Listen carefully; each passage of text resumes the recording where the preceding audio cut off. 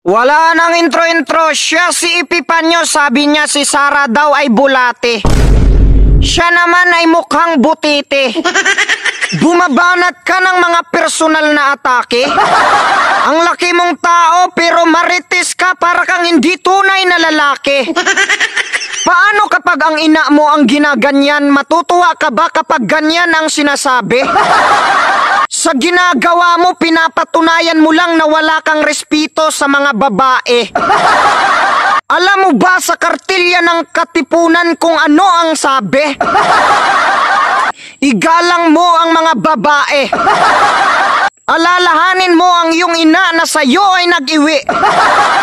Sasabihin mo para sa bayan ka tapos ganyan ang iyong ugali.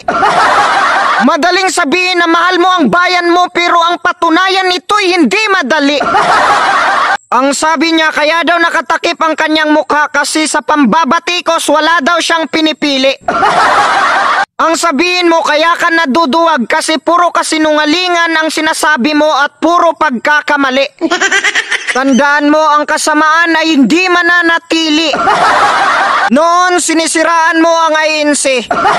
Tapos nung nabuking ka na bigla kang magsisi. Sasabihin mo ay mali yung source ko, sorry. Alam ko wala kang source kaya wag kang magkunwari. Oo, maraming sumusuporta sa'yo kasi marami kang kaori. Pero tandaan mo ang paninira ay hindi ka puri-puri. Nakalusot ka lang sa INC kasi organisasyon ang tinira mo. Sa sobrang dami nila hindi alam kung sino ang magkakaso.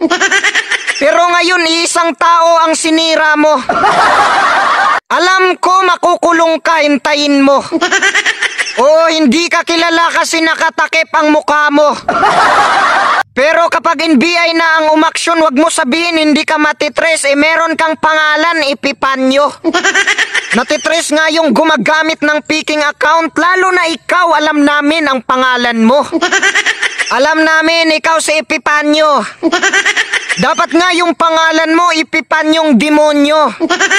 Mga kababayan, sa pamamagitan ho ng awa at habag ng Diyos, tinutulungan ho tayo ng Diyos sa ating pakikipaglaban para ho mamulat ang ating mga kababayan sa katotohanan.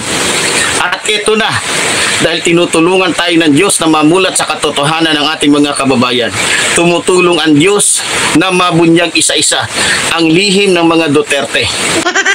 Dinamay mo pa ang Diyos? Sa tingin mo matutuwa siya sa iyong pambabastos? Alalahanin mo ang 10 utos.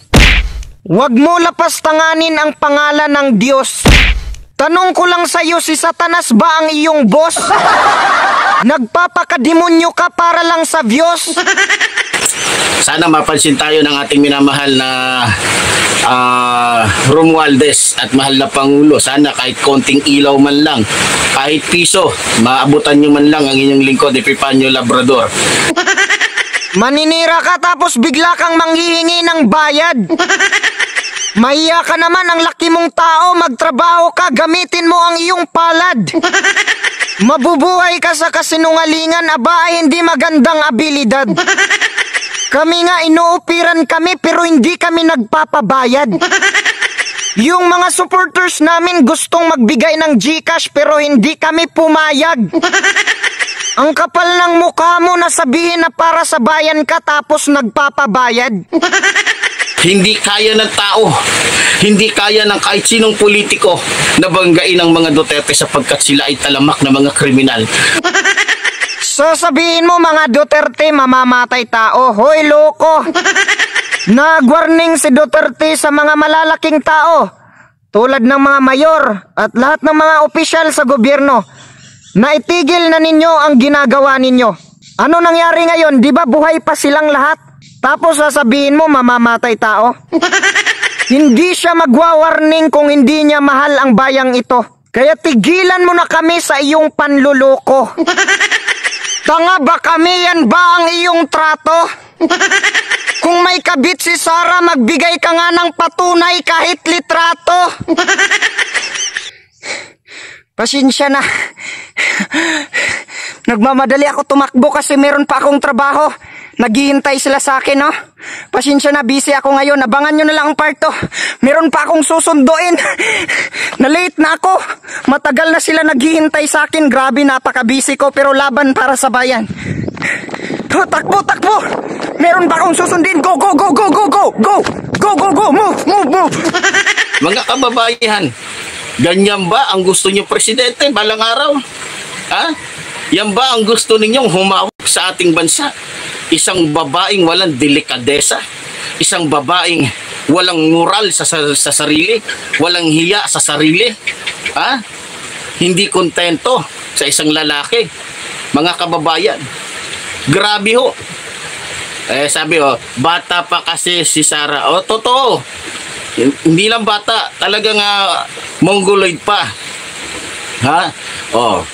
Sabihin na nating bata, pero hindi rason yun para kaliwain mo yung asawa mo.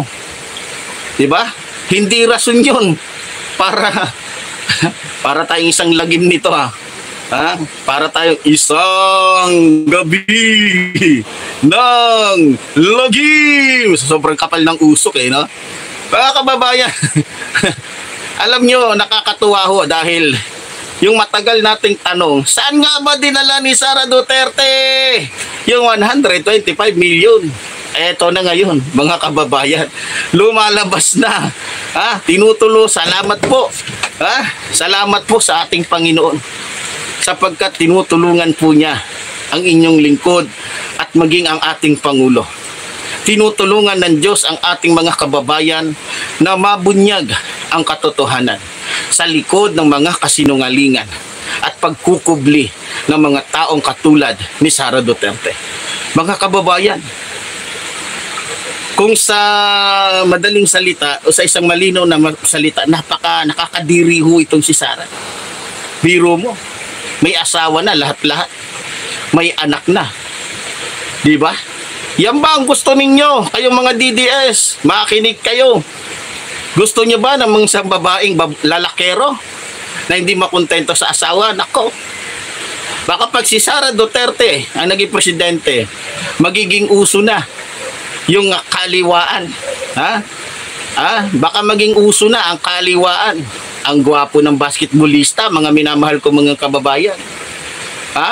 Siguro, natuwa, nasiyahan, talagang grabe siguro yung naranasan na sarap ni Sara Duterte.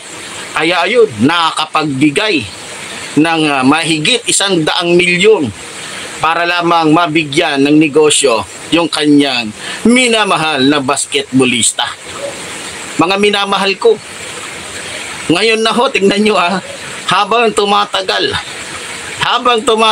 parami ho ng parami ang ating natutuklasan sa mga Duterte na matagal hong nagkubli sa kanilang mga sarili.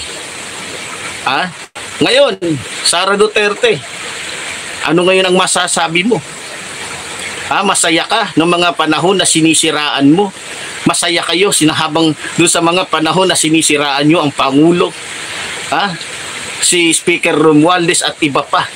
Ang aming First Lady, Risa Araneta Marcos. Ngayon, sino ngayon ang lumalabas na mas kahiya-hiya, mas walang kwenta? Si Raulo Gago. Hindi ba't kayo, mga kababayan?